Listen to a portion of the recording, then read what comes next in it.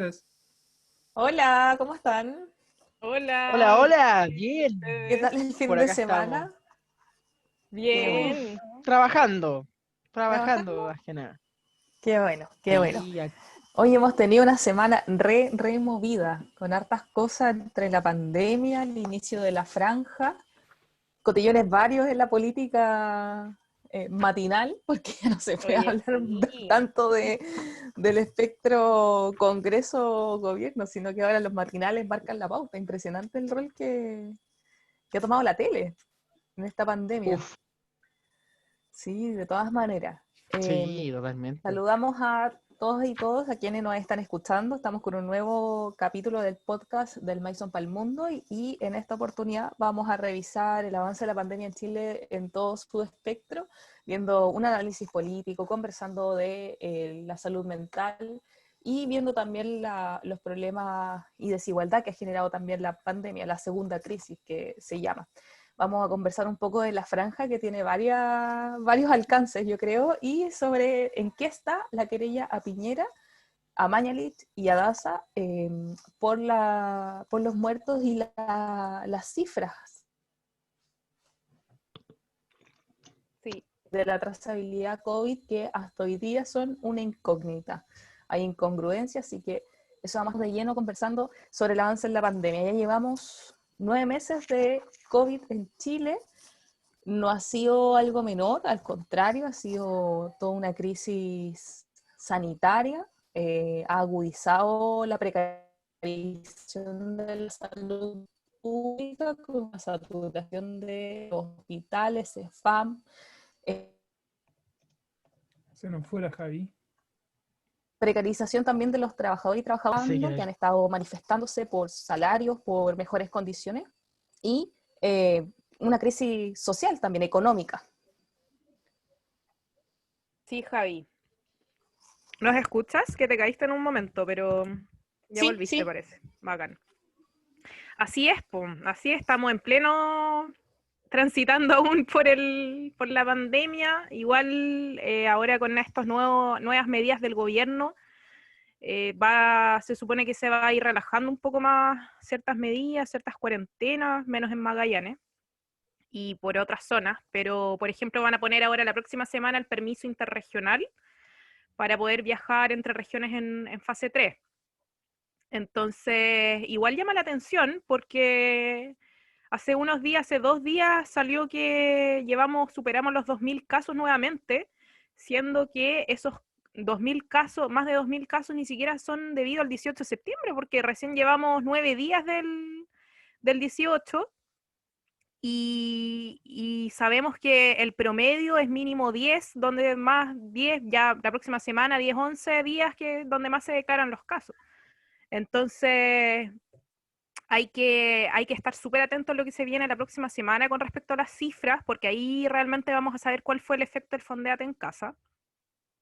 Y claro, efectivamente tenemos este aumento de los casos y te revela una vez más que la estrategia ha sido completamente errática. Yo creo que los mismos epidemiólogos han ido diciendo en la tele que, que la estrategia que ha llevado hasta ahora el gobierno no ha sido efectiva y que se tiene que implementar otras medidas de prevención que se logra solamente a nivel comunicacional y cambiando la estrategia comunicacional propiamente tal. Porque no sirve de nada, ¿cierto?, tirar todos los días mensajes contradictorios con respecto a los cuidados a nivel general de la población y no apuntar realmente cuáles son las medidas que nos van a sacar de esto. Por ejemplo, nadie dice que lo que más contamina es el habla. Por ejemplo, cuando tú estás en un carrete o en una disco o cantando, ponte tú en un karaoke, eso es lo más contaminante porque tú cuando hablas tiras las gotitas de saliva y eso es lo que más repande el virus. No así, por ejemplo, el hecho de otras medidas que han ido, por ejemplo, el tema de tocar cosas, que sí, también es contaminante, pero lo que más llega, ¿cierto?, como a nivel de población son las gotitas de saliva. Entonces, en ese sentido, ha habido un súper mal manejo comunicacional de la prevención del virus Y es lo que ha hecho que hemos estado en tantos meses ya en esto. O sea, la gente, como decía la Javi, lo vamos a hablar más adelante, los efectos psicoemocionales que ha traído todo esto, pero ya realmente es algo que tenemos que saber y cuidarnos para poder ir a votar el 25, que finalmente ese es el objetivo de que se nos viene más próximo en cuanto a derechos ciudadanos, porque ya nos va quedando cada vez menos derechos entre el toque de queda, ¿cierto? Entre las distintas medidas que el estado de emergencia, que ya en sí mismo no permite el derecho a reunión. Entonces, en ese sentido, si podemos ejercer un derecho que es tan importante este hito a nivel mundial, que de hecho el mismo Zizek decía, Slavoj Zizek decía hoy día que era un hito mundial, que todos los ojos están puestos sobre Chile porque además va a ser la primera constitución paritaria a nivel mundial. Entonces, tenemos que estar súper atentos con eso y cuidarnos principalmente. Sí, la verdad yo estoy pensando lo que respecto al tema de la pandemia y justamente en esto también se toma la opinión pública algo que siempre estuvo en discusión respecto a cuáles son las vías de contagio y todo, y una de ellas era el transporte. En el transporte justamente cuando se explicaban cómo cómo en Santiago eh, están cada vez más explosivos los contagios, no solamente era por todo lo que tiene que ver la concentración en la cantidad de gente, sino también tiene que ver con la concentración de gente. Y esa concentración se ve expresada en el metro.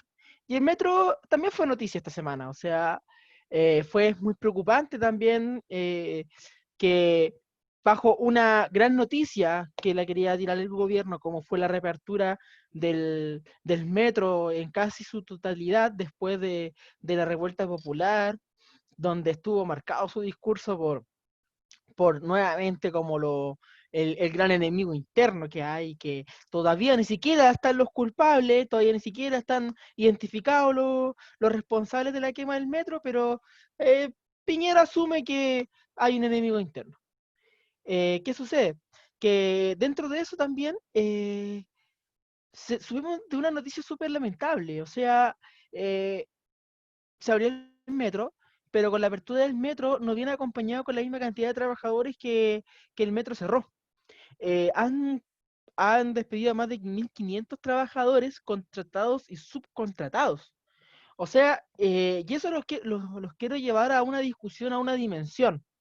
El metro no solamente funciona con guardia, no solamente funciona con la gente que da el ticket, el metro funciona con gente que hace aseo, el metro funciona con gente que se preocupa de la higiene, de los espacios, de la limpieza. Y les voy a dar, por ejemplo, un dato, o sea, antes en la cisterna habían 7 aseadoras, ahora hay 2. Entonces, ¿cómo en un contexto de pandemia, en un contexto donde, como bien decía la Laura, el tema, ya, está el tema del habla, pero también está el tema de las cosas que uno toca, que a pesar de que eso no tiene tanta consecuencia, yo creo que en una concentración de gente, como pasa en el metro, ahí igual el momento se pone clave. Y vemos que ahora no está en su capacidad, pues, o sea, perfecto, abriste el metro, vaya a generar plata y todo, pero ¿dónde está el cuidado de la gente? Entonces, hay un problema ahí, porque también hubo el ministro, o sea, perdón, el encargado del metro no quiso escuchar a los trabajadores, no los recibió, les cerró la puerta, hay un tuit de los sindicatos denunciando que les cerró la puerta en la cara, no los quería dejar entrar, ¿cachai? Y hay una discusión súper grande ahí, po. O sea, ahora el metro está funcionando bajo los parámetros del consumo, o sea, ellos aseguran, justifican este despido de trabajadores y trabajadoras porque simplemente no dan abasto por la pandemia por la pandemia y el estallido social. La pregunta es lo siguiente, ¿el metro es un bien de consumo o es un servicio público? Y es preocupante porque vemos cómo los trabajadores hoy en día fueron menoscabados y eso con lo únicos que pierden van a ser los pasajeros. Porque para limpiar, para generar unas buenas condiciones aptas para el transporte, hoy en día la gente no las va a tener y vamos a ver las consecuencias después. Sí, bueno, todas estas cosas que se han ido como comentando aquí influye como en el tema de la salud mental, obviamente. Bueno, hace muy poco veíamos las noticias del caso de Quillota, donde se hablaba de un femicidio frustrado prácticamente, donde un niño llama a la policía, carabineros, al Paco, para evitar este hecho, o sea, el hecho de que su papá estaba matando a su mamá. Y bueno, últimamente hemos visto cómo han aumentado los casos de femicidio, los casos de violencia intrafamiliar, y en general, de una u otra forma, el encierro ha ido afectando psicológicamente. Recién estaba revisando como las estadísticas, más allá de que nos gusten o no las estadísticas, se usan mucho y sirven mucho para la política pública, que en el caso de Chile hay un tercio de adultos mayores que declaran problemas de salud mental hoy. Eso fue una medición que se hace en agosto en relación a temas de pandemia, y cerca de un 40% de mujeres tienen problemas de salud mental, a diferencia del hombre, que es un poco menos del 28%. Entonces, y aquí bueno, aquí somos 4 sociólogos, o casi sociólogos. Eh, sí, la tesis se nos ha alargado a todos, menos a la Laura, que la sacó en un año. Y bueno, se dan varias explicaciones respecto a eso. O sea, una, por un lado, el tema de los adultos mayores, que en el caso de Chile cada vez es una población que aumenta más. Se da mucho que el adulto mayor vive o solo o tiene poco contacto con sus hijos, o ya no es la clásica imagen del Chile del siglo XX, donde la familia necesariamente vivía junta o vivían que bueno, hoy en día aún se da, pero cada vez se da menos. Entonces los hijos normalmente salen de la casa, porque también somos una sociedad que cada vez hay más profesionales, a pesar de todos los problemas económicos que implica estudiar en Chile. Entonces se ven solos y hay una red de apoyo, pero es una red de apoyo que es un tanto endeble, decía el estudio, producto de que sus hijos normalmente están en otras ciudades, porque obviamente el sistema económico en las ciudades pequeñas de Chile te obliga a salir de la ciudad en busca de trabajo cuando seas profesional. Y por el lado de las mujeres se explicaba también por el hecho de que la mujer tiene una doble o triple carga, en el sentido de compatibilizar mantención de la casa, que nos guste o no, es algo que en Chile aún se da, que cada vez puede ser un poco más frecuente, pero actualmente aún la mujer sigue siendo quien ordena la casa, compatibilizar su trabajo, además que la mujer es una de las que más ha sufrido desempleo producto de la pandemia, eh, y por otro lado el cuidado de los niños, que también es una responsabilidad que aún se le sigue cargando a las mujeres como exclusivamente. Entonces, todas estas cargas que se grafican en este estudio causan problemas mentales, en este caso en particular, más a la mujer que el doble de lo que se registra en hombres, y lleva a diferentes situaciones que pueden desembocar no necesariamente pero sí en problemas psicológicos como estrés. Se han mostrado casos de ataques de crisis de pánico y cosas por ese estilo. Entonces la salud mental, que ya Chile tenía una salud mental muy paupérrima antes de la pandemia, y ya había una crítica y leyes que en realidad nunca vieron la luz respecto a la responsabilidad del Estado en la salud mental. Actualmente estamos otra vez sobre lo mismo, y ahora con una crisis que en realidad agudiza más todos los problemas. Ya lo habíamos comentado, los problemas que había agudizado la crisis económica en Chile, y ahora, bueno, la salud es uno de los temas que vuelve a tocar, y en particular la salud mental, al agudizar tanto a los sectores obviamente más vulnerables de una sociedad. Pues en el caso de Chile, que aún sigue siendo una sociedad muy marcada por el hombre trabaja mientras que la mujer se hace cargo de las cosas hogareñas, aunque obviamente la mujer está más integrada en la vida laboral, sigue siendo marcada en esos aspectos. Y por otro lado, los adultos mayores, que además tienen, por ejemplo, uno de los casos que le causaba, además de la soledad y los problemas de conectividad con su red de apoyo, eran los problemas de ingresos, por ejemplo, que muchas veces se veían eh, un poco disminuido producto de que no podían hacer algunas de las actividades que ellos hacían para eh, aumentarlo, incluso los que tenían mejores casos, que eran los rentistas, muchas veces habían visto disminuir su ingreso producto de que ya no podían arrendar sus propiedades ni cosas por ese estilo, producto de la misma crisis económica y social que hay. Y en este mismo caso lo vimos reflejado en temas de salud. Entonces es un tema a considerar. Se habló del tema de lo que pasaba en Metro, los problemas laborales que hay allí, considerando también, por ejemplo, que lo que implica aseo normalmente son hechos por mujeres en Chile y no son necesariamente cosas bien pagadas.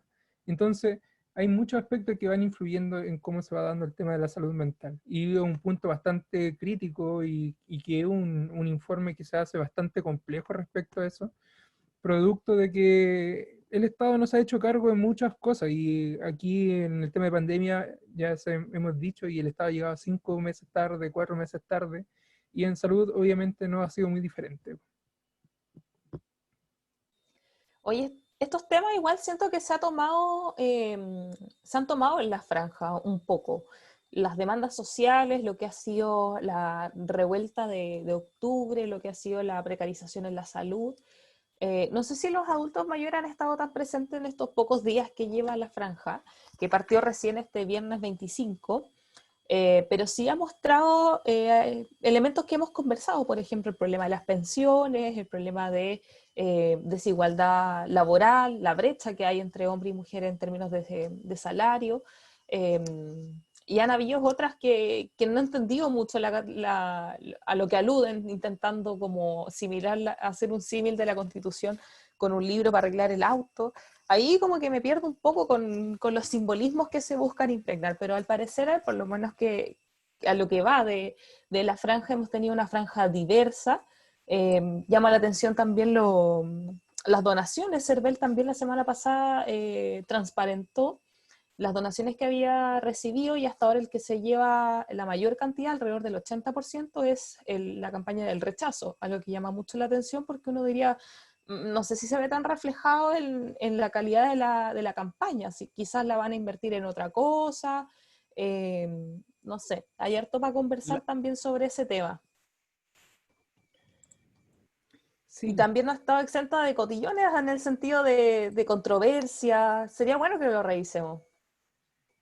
Bueno, el tema de los cotillones. La franja electoral en general ha tenido varios cotillones, desde la Fuerza Armada y de orden metida ahí hasta el mundo religioso. Yo creo que uno de los más divertidos cotillones es el cotillón Canuto, que de partida tienen, bueno, yo como Canuto igual me da entre vergüenza y me da risa. Oye, aclarar que esto es un análisis con respeto. Sí, o sea, no sé qué tanto, no sé, como Canuto igual como que no me agrada ese sector Canuto.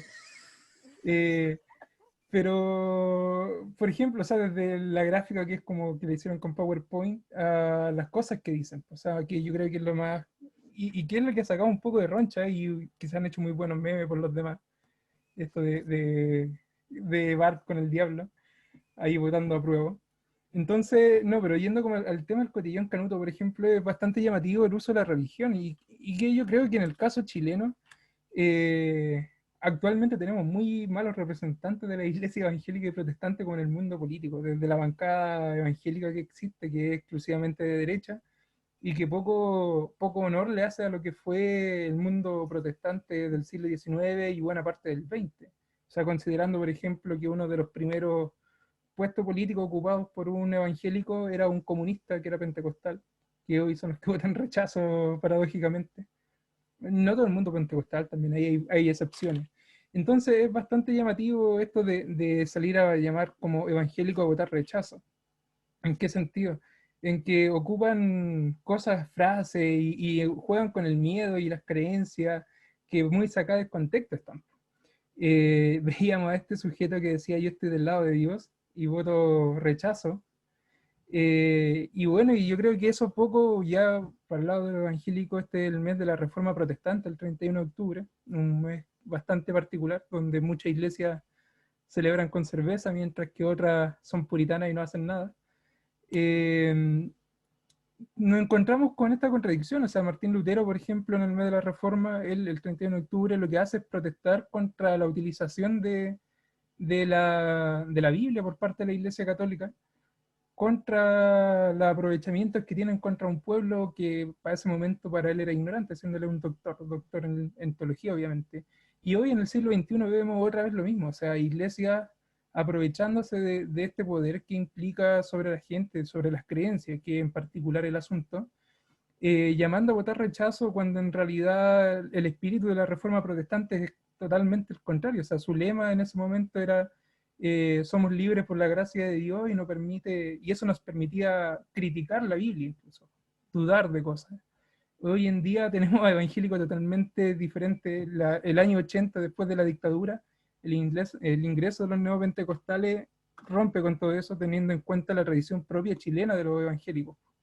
Por ejemplo, dentro de la tradición reformadora que tiene Chile, el Estado laico, que, bueno, lo que queda del Estado laico, lo que tiene de Estado laico, se lo debemos a un pastor evangélico, por ejemplo, a David Trumbull. Y hoy tenemos a los mismos evangélicos quejándose de que van a sacar a Dios de la Constitución.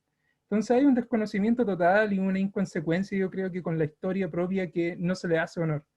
Y bueno, ha dado para esto esta política un poco burda respecto a cómo se integran. No es que crea que la religión como tal debe estar tan apartada de la política, pero yo creo que la religión a la religión y la política pública a la política pública, que es pastelero a tus pasteles. Porque obviamente Chile como país laico tiene diferentes creencias, tiene desde musulmanes a budistas, y cuánta religión nueva que van saliendo cada cierto tiempo. Entonces, no podemos abocarnos e imponer un Estado así como tal. Yo creo que, bueno, esta lógica de que el Estado no debería tener un Dios, porque en realidad el Estado busca representarlo a todos. Entonces, yo creo que hay que ser bastante cuidadosos. Esperamos que ojalá nunca el evangélico llegue a ser como en Brasil. Yo creo que un daño lo que hace la iglesia evangélica en Brasil, siendo yo evangélico, y que debería normarse totalmente. O sea, yo creo estos temas religiosos en Chile, yo creo que es demasiada libertad religiosa y que no se hace bajo el mismo engaño que hay un poco de la libertad de expresión. O sea, la libertad de expresión es válida siempre y cuando haya respeto. Y muchas veces la religión en Chile pasa a llevar ese respeto de los derechos de los demás. Entonces, para mí es una campaña burda, una campaña que apela desde un desconocimiento tanto de la historia de la iglesia evangélica en Chile, engloba un mundo muy diverso y no le hace justicia a nada, ni a la reforma protestante, ni al protestante histórico, que buscaba el Estado laico, donde todos cupieran, y que buscaba en realidad pensar, como por ejemplo en Alemania el padre de la educación pública es un pastor luterano. Entonces, hay que hacerle justicia a la historia y, como dice, la historia pesa y hay que hacerse cargo de ella, cosa que aquí en Chile deja bastante que decir.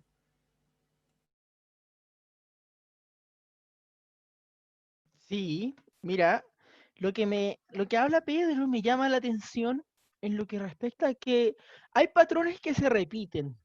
Por ejemplo, vimos en la franja del 88 documentos, los registros que quedan de esa franja, de cómo, por ejemplo, el sí, que el bando ahora es del rechazo, eh, apelaban al miedo, apelaban a la incertidumbre, apelaban a las nociones más viscerales para poder mover sus votos, ¿cachai?, a su sector.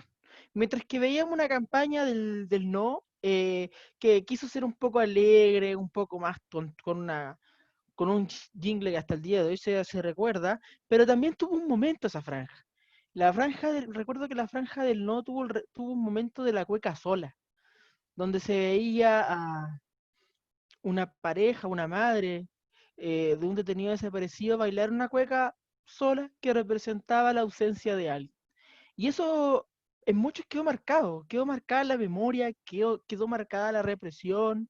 Y si bien es cierto, en ese momento no quisieron darle a la franja un momento como querían llamar la atención, sí respetaron justamente esa sensación de que faltaba alguien con los detenidos, denunciando a los detenidos desaparecidos de manera muy ingeniosa.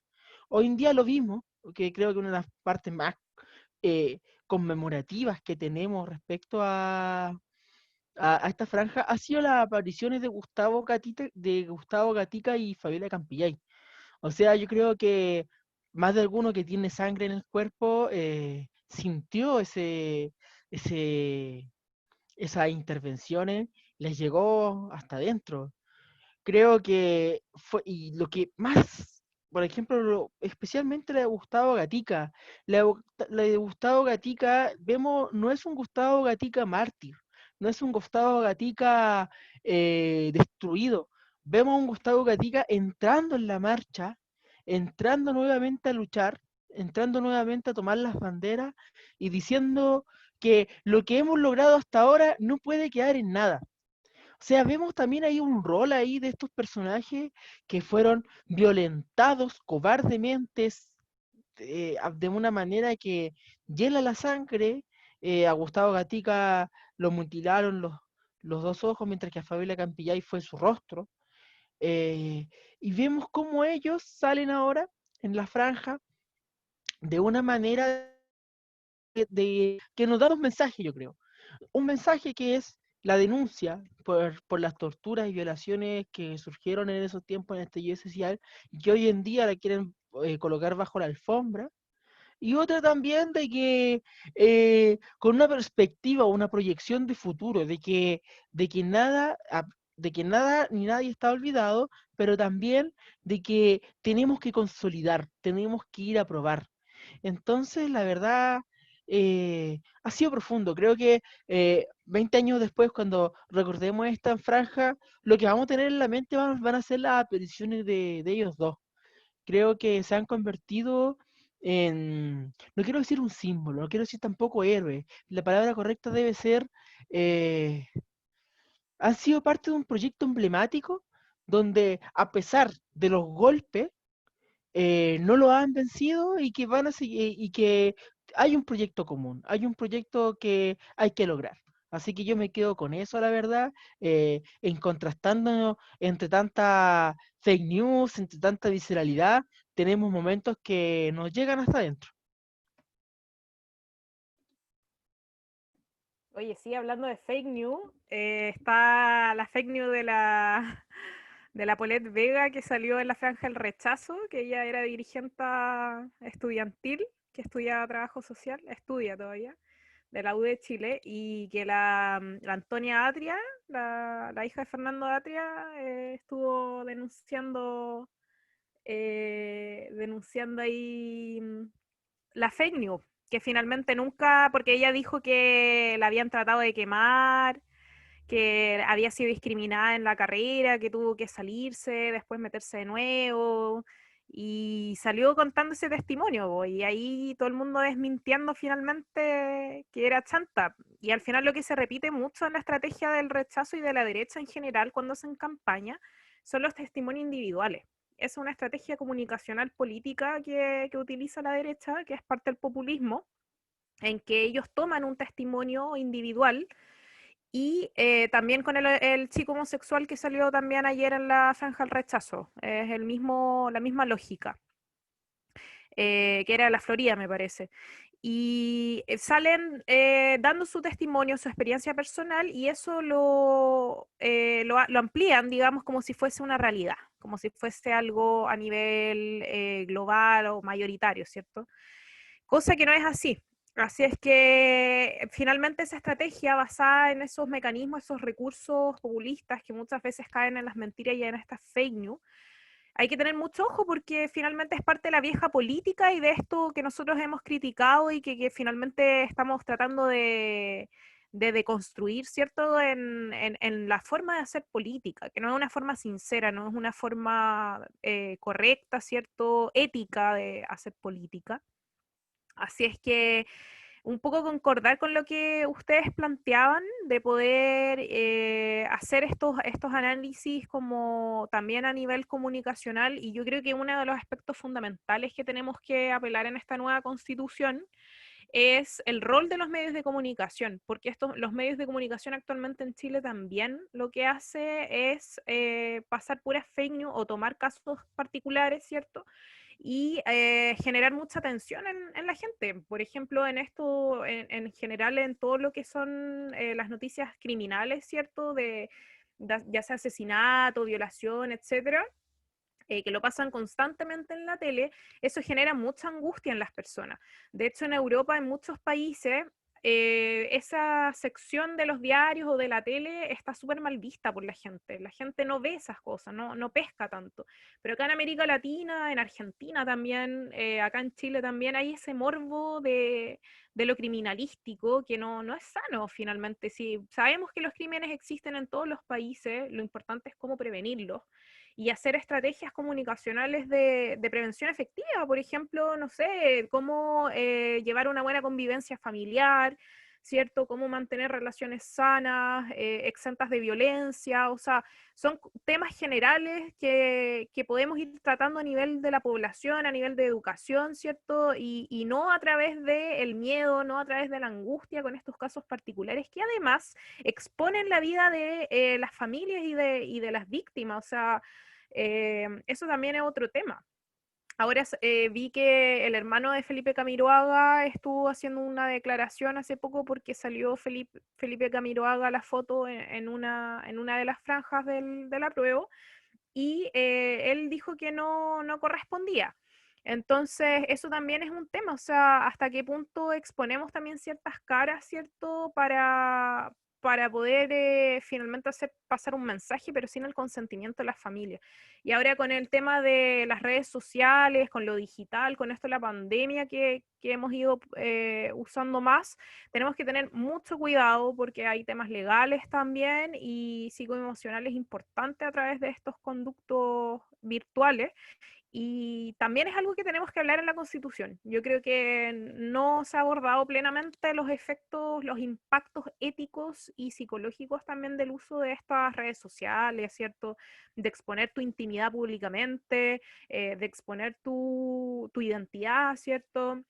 Por ejemplo, nuestras mismas casas, cómo se exponen, nuestras familias, muchas veces los hijos también, que son menores de edad. Entonces, esos son temas que tenemos que ir preparando, ¿cierto? Para hablarlo en esta próxima constitución. Así es que en realidad yo me quedo con eso del tema de la tele.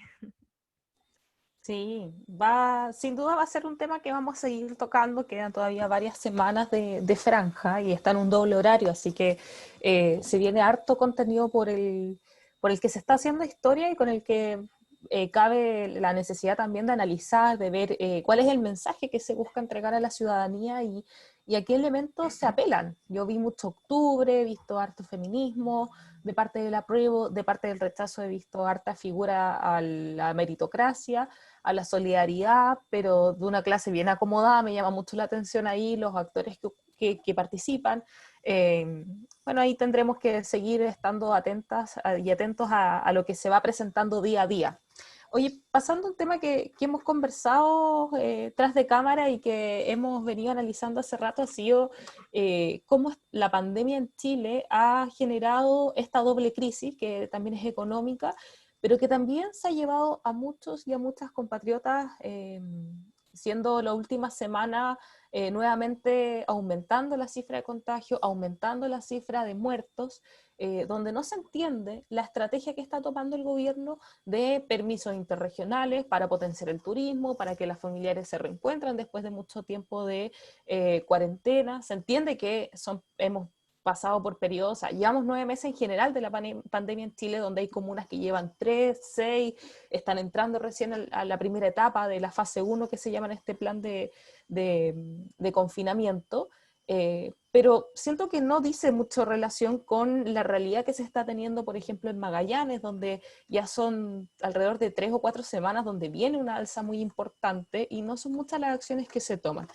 Dentro de este contexto, se presenta en junio una querella de parte del alcalde Daniel Jadwe, en conjunto con concejales, y también después se suman concejales de la comuna de Santiago, de Conchalí, donde se acusa el delito de denegación de auxilio y abandono de deberes de parte de Sebastián Piñera, de Mañalich, de Daza, donde se cuestiona un poco lo que recién les comentaba, o sea, el cierre tardío, por ejemplo, de la frontera, esta cuarentena dinámica, creo que es como la metodología única a nivel mundial de que una comuna sí, una comuna no, donde no se conoce la transparencia de cuál es el criterio, no se conoce también realmente quién toma las decisiones, porque a pesar que hay un comité de expertos, de que hay una mesa social por el COVID, donde reúne, por ejemplo, a la presidenta del colegio médico que participa, de rectores y distintos expertos, al parecer es solo una pantalla, porque no escuchan finalmente sus propuestas, sus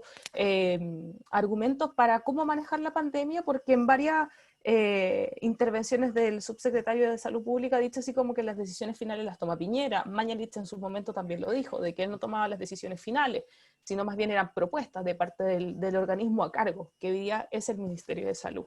Creo que abordemos esto porque no ha estado exento de polémica este proceso, en donde tenemos hace unas semanas la PDI va al MinSal, incauta algunos documentos oficiales para entender un poco cuál ha sido la estrategia y develar información que se ocultó y que fue contradictoria de lo que decía el MinSal en su reporte diario con Mañalich y lo que se reportaba a la OMS, de lo que era el número de contagiados y muertos. Ahí parte un poco este conflicto de contradicción. Y ya lo último, que yo creo que es digno de más que analizar, que es esta búsqueda de Piñera de buscar remover al fiscal que está a cargo de la investigación, o sea, intervenir directamente en el Poder Judicial de quién está llevando adelante la intervención.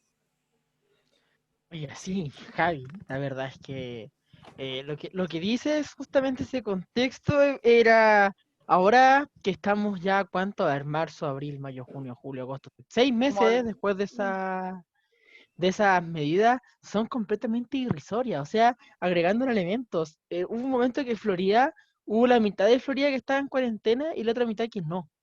Y era como, ¿qué carajo? O sea, como, era un chiste. ¿Y cuáles eran los motivos, las razones?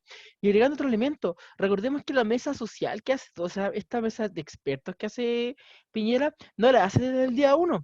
Fue después de muchas presiones de la ciudadanía, del colegio médico, de la CUT, después deja fuera la CUT, sí, de esta mesa que se estaba generando. Y al final se crea para generar una contención respecto a todas las dudas que generaban las acciones que estaba implicando Sebastián Piñera.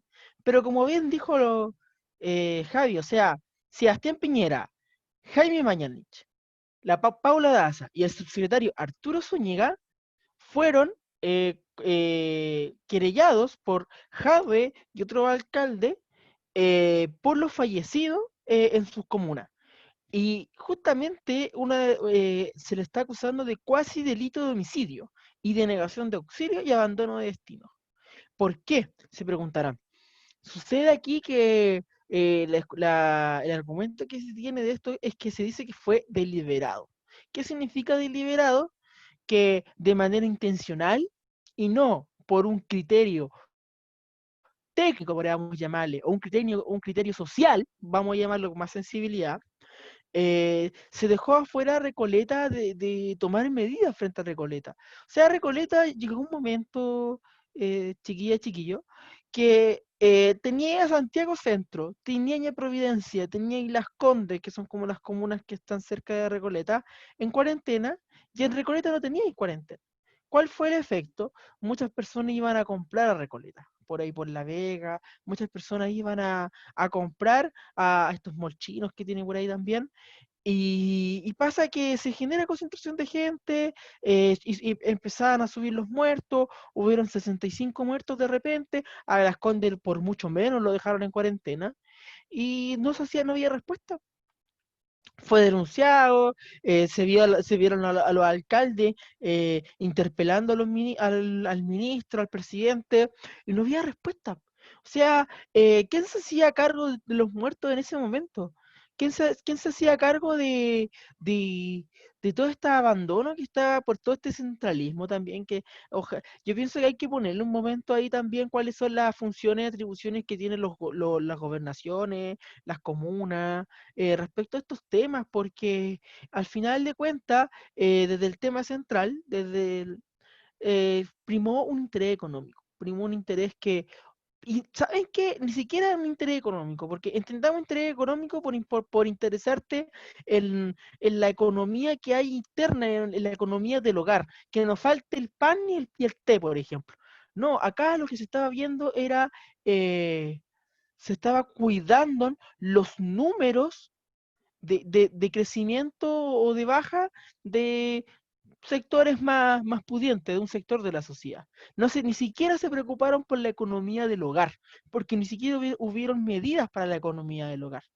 Entonces, abrimos debate en este momento respecto a, a que esta querella fue, yo pienso que marcó un hito, porque prácticamente habla que aquí no hubieron errores, sino que hubieron decisiones conscientes respecto a un interés político personal que tenían de mantener la economía de unos pocos. Entonces me gustaría escuchar a los demás también respecto a eso, qué sucede ahí, qué piensan. Sí, o sea, es que, bueno, el Pato yo creo que hace un muy buen resumen de esto, como cuando plantea el tema de Recoleta y que entra y qué comuna no entra en cuarentena. De hecho, en un momento fue muy divertido, creo que era como en la comuna de Puente Alto, donde el asunto de la cuarentena era casi prácticamente calle por medio. Entonces, ahí hay una planificación y yo creo que, bueno, la querella que hay contra Piñera y Mañalich y la acusación constitucional contra Mañalich es una acusación que obviamente los altos cargos se lo merecen, pues, o sea, no pueden decir que ellos no sabían que se estaba haciendo esto o lo otro. ¿Sí? Aquí en Chile, gracias al sistema presidencialista, el único que gobierna es el presidente en todo el ámbito de la administración pública.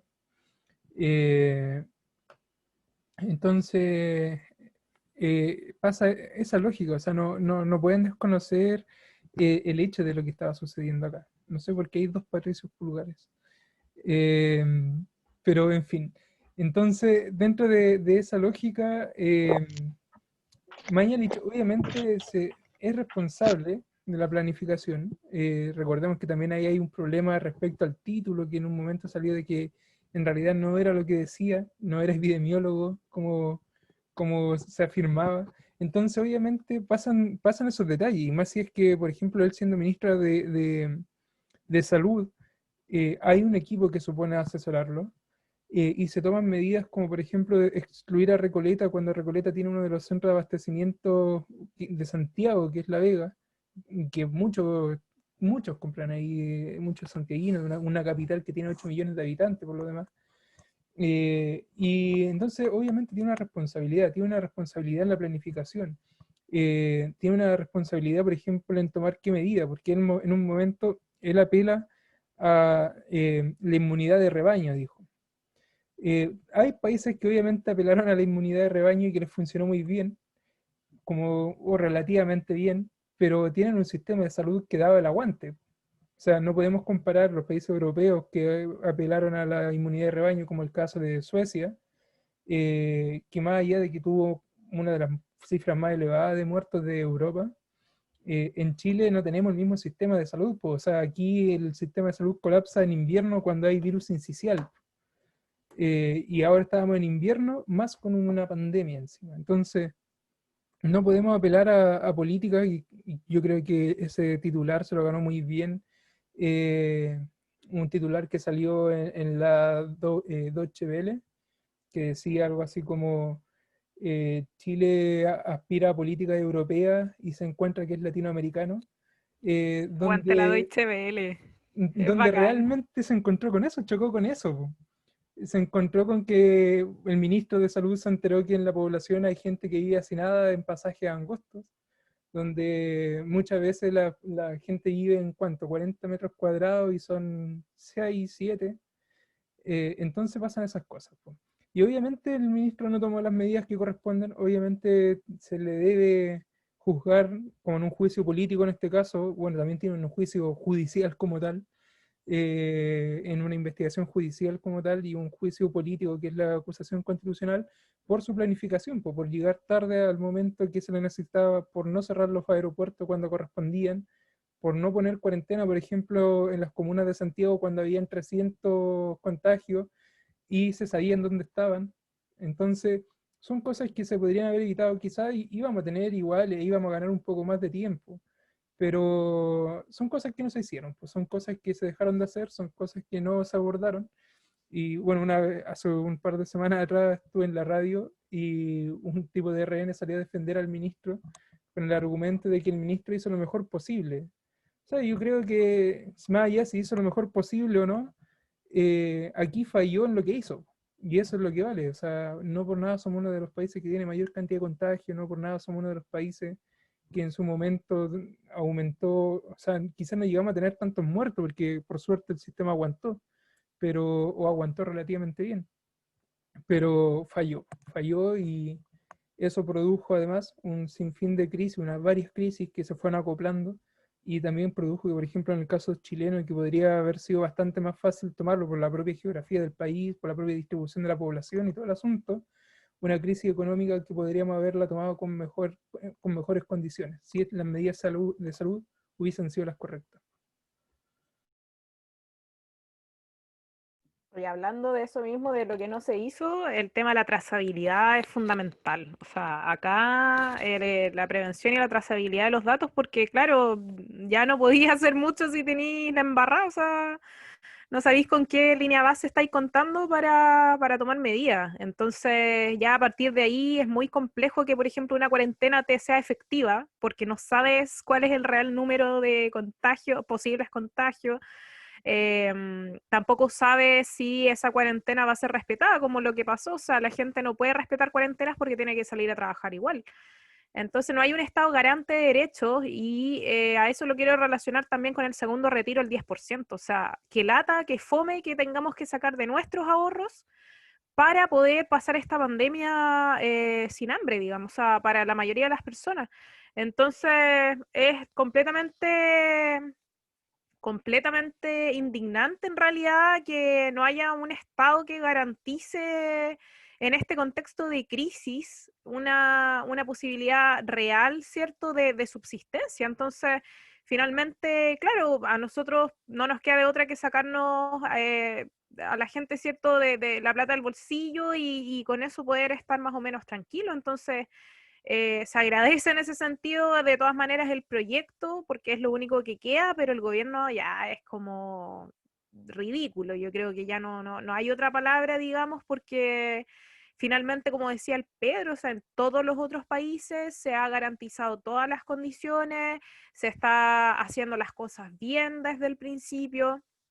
Lo que ha permitido que han podido pasar a otras cifras mucho más estables, a pesar de ciertos rebrotes que estamos viendo en Europa sobre todo, pero aún así no hay una crisis tan profunda, sanitaria, económica, social, psicológica como la estamos teniendo acá. Y los costos psicosociales, psicoemocionales han sido muy heavy, muy fuertes. Yo creo que los niños y los adultos mayores y las mujeres también son las que más y los que están sintiendo más estas repercusiones. Y yo creo que lo que nos queda es ser empáticos en general con las personas, con la gente que lo está pasando sobre todo muy mal, también que está viviendo duelo.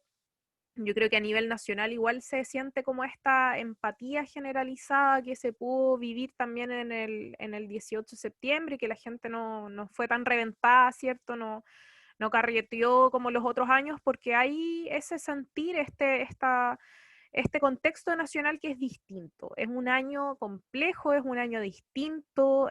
Todos de alguna manera estamos viviendo esta pandemia, de una manera más dramática, ¿cierto? Más difícil, pero tenemos que estar para ayudar con las ollas comunes que aún se siguen haciendo en los territorios, con esta organización comunitaria, ¿cierto?, que se han levantado en los territorios y que gracias a eso se ha podido asegurar un plato de comida en muchas de las casas a nivel nacional.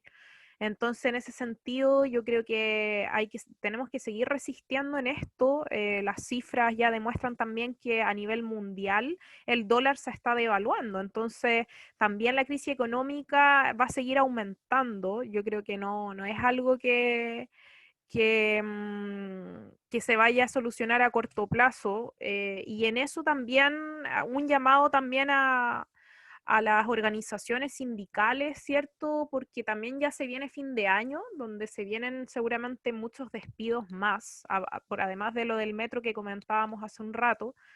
Entonces, en eso tenemos que fortalecernos. La sociedad civil ya ha demostrado y las organizaciones han demostrado acá tener conducción, tener fuerza cuando al momento de unirnos, ¿cierto? Que es lo fundamental. Y con esa fuerza poder seguir resistiendo, porque claramente en Latinoamérica los gobiernos que hay, cierto, de derecha, no han demostrado manejar esta pandemia de una manera terriblemente política, un aprovechamiento que ya da asco, un aprovechamiento descarado, sin ningún tipo de ética. Lo mismo en Perú, lo mismo en Colombia. Entonces, ya en ese contexto nosotros tenemos que estar súper atentos en todas estas estrategias y poder unirse, que yo creo que la unidad hoy en día es lo único que nos va a salvar. Y en eso saludar a la DC, que también declaró ayer, ¿cierto?, que están dispuestos a apoyar un candidato de oposición a las presidenciales. Así es que ahí por lo menos se pusieron los pantalones con el tema de la unidad. Y bueno, ojalá que todos estén en ese sentido. Pues. Yo creo que eso va a ser un tema del próximo podcast. ¿Ah? Nosotros lo habíamos conversado antes también. Al parecer la DC está más a la izquierda que el Frente Amplio. Exacto. ¿Quién iba Parece. a La pensar? nueva política no era tan nueva. Sí, tal cual. Tal cual. Hoy ya estamos llegando a la parte final de este episodio del podcast del Maizo para el Mundo. Le invitamos a quienes nos escuchan a que nos sigan en Spotify, en nuestro canal de YouTube, que comenten igual qué tema les gustaría que conversáramos y qué les parece también este episodio. Y doy el paso a las palabras finales, al remate de la idea con la que se quedan de esta semana bien polémica. O sea, yo con la idea que me quedo de esta semana en polémica, me quedo obviamente con los cotillones de la franja electoral, desde arreglar una camioneta o un auto con la Constitución, hasta, bueno, obviamente a decir que si votas a prueba estás con el diablo. Me quedo con eso en realidad. Yo creo que ha sido una política muy, particularmente el rechazo, muy del miedo, sin un argumento serio. eh, y en realidad no sé, con muchas cosas que deja que desear en realidad en la práctica política. Yo creo que muestra un poco este sin argumento que tienen al momento de hablar de por qué votar rechazo, si en realidad ya no tienen de dónde agarrarnos. O sea, es mantener un sistema por el mantenerlo, cuando en realidad la política en Chile, al parecer, o por lo menos la ciudadanía, quiere una política nueva. Entonces me quedo con eso. Ojalá que sigan sacando buenos memes. Me he reído harto con los memes de la semana. Eh, pero nada, me quedo con esta idea de la política. Me quedo con la idea de eh, que se puede cambiar un Chile, que podemos ver una política con mucho más contenido, obviamente, en el apruebo, y con una línea política que implica mejor y más derechos. A pesar de toda la crítica que han podido sacar la gente de derecha, me quedo con eso. Creo que podemos cambiar un Chile y ellos han hecho buenos memes. Sí, igual yo creo que la mejor campaña de la prueba es la del rechazo, que hace que la gente vea que en realidad están totalmente fuera de contexto, en un oscurantismo, como decía Freddy Stock en Twitter, un oscurantismo terrible que yo creo que no, o sea, es lo que es, digamos, la gente lo sabe, lo ha puesto en todas sus redes sociales, lo ha criticado, entonces ya es la mejor campaña que se puede hacer. Y también, o sea, hacer un llamado a seguir resistiendo, a seguir unidos y unidas y a cuidarse sobre todo. Chiquillas y chiquillos, cuídense por favor para poder ir a votar el 25, que no queda nada, no queda nada. La próxima semana partimos octubre, un mes súper, súper dinámico, súper complejo, ¿cierto? Se viene el 19 de octubre, se viene el 25, entonces son fechas claves donde tenemos que estar sanitas, sanitos, ¿cierto? Estar en las calles también, en nuestras casas, también apoyando por estos medios también, como lo estamos haciendo ahora, entonces... más que nada eso, un llamado a seguir cuidándonos entre todas y todos y nada, voy a preparar los lápices azules para votar. Efectivamente, yo me quedo con lo último que dice Laura, quisiera reforzarlo en lo que respecta a los que puedan organizarse, a los que tienen las condiciones para salir a informar lo que es la prueba o ocupar las mismas redes sociales, a hacer campaña, a ser activistas por la nueva constitución. Todavía hay muchas dudas respecto de lo que es la convención constitucional, la convención mixta. Creo que ya tenemos un gran avance en lo que respecta a por qué cambiar la constitución. Hay que poner ese hincapié en el cómo. La segunda papeleta, esperemos que tenga la misma fuerza que tiene la primera papeleta del apruebo, que la Convención Constitucional salga con fuerza. No son las condiciones que buscamos quizás con el 2/3, hay muchas cosas que tienen reparo, pero la tabla del juego está hecha y hay que jugarla y juguémoslas bien. Si tenemos sus críticas, tenemos que también desarrollarla de mejor manera para impulsar lo que queremos, pero jugando bien la cancha en la que tenemos primero que todo. Así que eso, organizarse, concientizar, pelear, no, persuadir es la palabra que quisiera ocupar en este último palabras. Andas de los peleadores. Sí. No, Con la no hay que señora de los perder el Bío Bío. tiempo peleando eso, con estaría la Bio Bio. O con los bots de Twitter. No, Justamente, oye, no. a mí en mi minuto final me gustaría destacar un hecho de esta semana, que es que la revista Times destaca la influencia de la intervención y la agrupación Las Tesis, con la performance El violador en tu camino, que la pone como dentro del análisis en el aspecto global, cómo ha influido y cómo se ha replicado esta intervención callejera que interpela la violencia que sufren las mujeres. Y lo irónico que me causa a mí es que son reconocidas internacionalmente, pero en Chile se les querella, se les persigue, el gobierno le cree baja carabinero que se siente atacado por un grupo que solamente baila frente a una institución. Eso es la ironía que quería comentar en mi minuto de reflexión, que yo creo que dice mucho de el nivel de desarrollo, de tolerancia, de diversidad y de los saldos de derechos humanos que tenemos en el país, que nos falta avanzar y que debe ser sin duda una de las tareas a resolver en la redacción de esta nueva constitución. Así que eso quería aportar con mi Oye, minuto. Javi, agregar como lo tuyo que en esa misma semana salieron los más recordados como de música en el Las mundo. canciones más influyentes. Ah, Puro sí, zurdo en por Chile, el... todavía no veo a Alberto Plaza ahí. Todavía no lo logro. Víctor Jara, ¿Dónde Violeta Parra, Los, Inti Gimani, sí, Inti y los Gimani, prisioneros? y los prisioneros. los prisioneros. Sí. ¿Dónde Sí. está la Pati Maldonado ahí? ¿Dónde están los guasos quincheros, weón? Oh. Importante, son señales importantes en esta semana de debate, de que empezó la franja, que a nivel internacional reconozcan a la cultura, las artes en Chile que son de protesta, porque las canciones que destacan son de protesta, son de denuncia. Al igual que lo que hacen las tesis, entonces es algo que parece que lo único que falta que abran los ojos en este momento es el gobierno y el sector conservador que hoy día no quiere avanzar dice que va a reformar, pero hasta ahora ninguna de las votaciones, cuando uno revisa la ley de transparencia o se mete a las votaciones de la Cámara, del Senado o diputados, no calza mucho lo que dicen en el discurso con lo que votan realmente. Así que eso va a cerrar. Hoy ya nos estamos despidiendo de este episodio número 8 del podcast del Maison para el Mundo. Vamos avanzando, vamos creciendo también, así que invitamos a todos y a todas a quienes nos escuchan a que nos sigan y también nos comenten qué les pareció y qué temas también les gustaría que conversáramos en este espacio. Eso. Nos despedimos Bacán. también. Nos despedimos. Pasen Besitos, cuídense. una muy buena semana y Gracias por cuidarse estar. para la prueba, por favor. Sí, a votar, cuídense, a votar. por favor. Y inscríbanse para ser apoderados de mesa también. Y aquí Todo el está rato. la cartilla del CERVEL.